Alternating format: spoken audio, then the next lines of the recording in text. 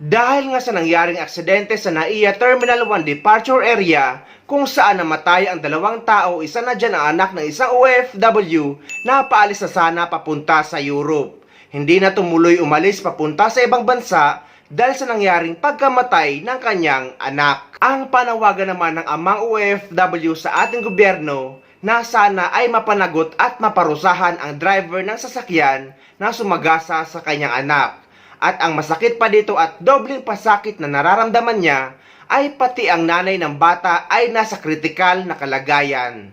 Kinuha na mula sa punerarya ang mga labi ng 2 nasawi sa aksidente sa NAIA Terminal 1 sa Pasay.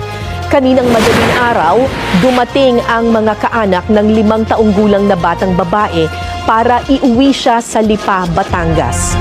Kasamang sumundo ang OFW niyang ama na hindi na tumuloy sa kanyang biyahe. Dumating din doon ang Overseas Workers Welfare Administration o OWA para bigyan ng tulong ang amang OFW. Kagabi, una nang nakuha ang labi ng 28 taong gulang na lalaki na iniuwi sa Hagonoy, Bulacan. Hindi lubos akalain ni Randy na sa isang iglap lang ay madadamay sa trahedya ang kanyang mga kaanak na maghahatid lang sana sa NAIA Terminal 1. 4 kasi sa mga kaanak niya ang naararo ng SUV. Kabilang dyan ang 5 taong gulang na batang babaeng binawian ng buhay. Kwento ni Randy, galing pa raw Lipa, Batangas ang magkakamag-anak at ihahatid sana ang kanyang bilas na babiyahe patungong Europe. Hindi matanggap ng pamilya. Hindi nga makausap hanggang ngayon tatay niya. Ay pati yung nanay niya, hindi rin namin ipaalam kasi nga nasa critical din siya.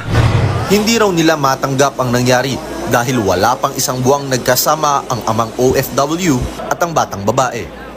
Napakabait na bata. Bait na bata. At saka isipin mo, noon lang niya nakita yung tatay niya, nagkakausap lang siya sa Facebook. Video call lang. Bukod sa bata, patay rin ang isang 28 anyos na lalaki habang kritikal pa ang lagay ng nanay ng bata.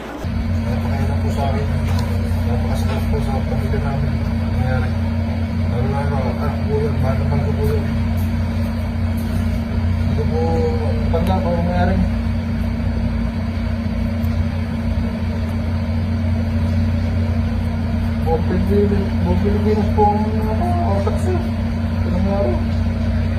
Saan ako? Hindi ko po kaya.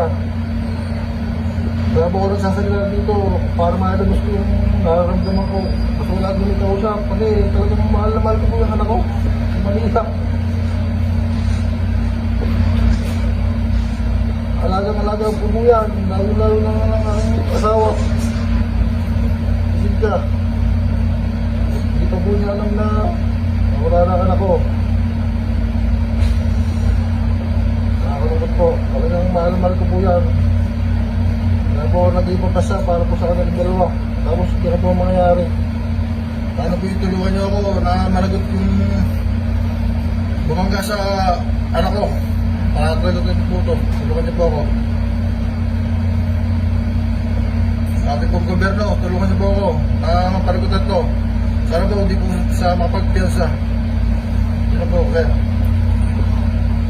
Hindi ko alam kung ako lang pero habang pinapanood ko ang tatay ng bata na kagaya nating OFW ay ramdam ko yung kirot sa puso. Dahil hindi biro ang mamatayan or mawala ng anak. Lalo na't nangyari pa ito sa mismong airport kung saan siya sasakay papunta sa ibang bansa.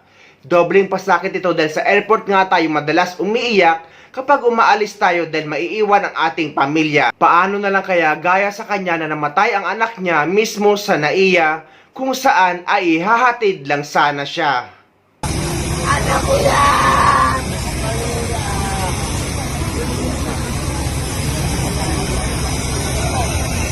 Anak ko yan! Anak ko yun!